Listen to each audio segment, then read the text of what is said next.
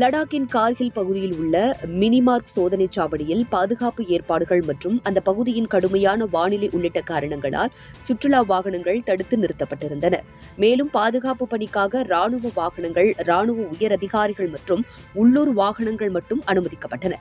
வானிலை காரணமாகவும் பாதுகாப்பது காரணமாகவும் சுற்றுலா பயணிகள் நீண்ட நேரம் காத்திருக்க வேண்டிய நிலை ஏற்பட்டதாக சொல்லப்படுகிறது.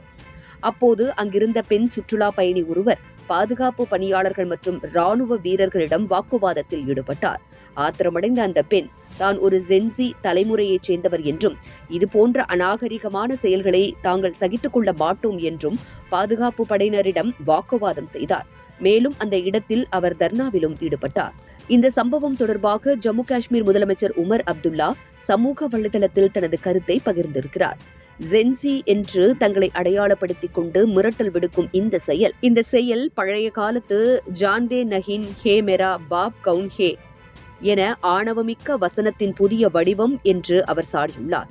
இத்தகைய செயல்கள் இளம் தலைமுறையினரின் நன்மதிப்பை விரைவாக சிதைத்துவிடும் என்றும் அவர் எச்சரித்திருக்கிறார்.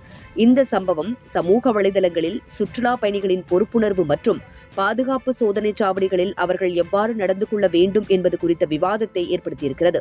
பாதுகாப்பு பணியில் இருந்தவர்களிடம் அந்த பெண் நடந்து கொண்ட விதம் பலராலும் விமர்சிக்கப்பட்டிருக்கிறது. மேலும் ராணுவ வீரர்கள், ராணுவ வாகனங்கள் பயணம் முடிந்த பிறகு போக்குவரத்து சீரமைக்கப்பட்டு சுற்றுலா பயணிகள் செல்ல அனுமதிக்கப்பட்டனர். बिल्कुल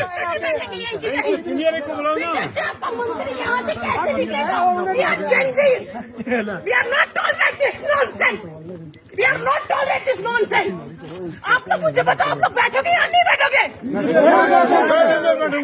चलो कैसे रोकेंगे? 5 घंटे हो गए, निकालो हम लोग गाड़ियों, चलो। वो कश्मीर एयरपोर्ट पे नहीं उतरे।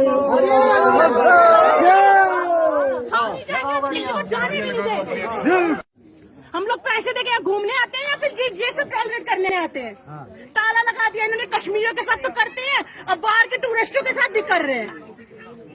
देखो इन्होंने किसी ताला लगा दिया, अपना नाम भी नहीं बताया और वहाँ चले गए। ये देखो यहाँ पे कोई भी जवाबदारी के लिए कोई नहीं बैठा है यहाँ पर, ताला लगा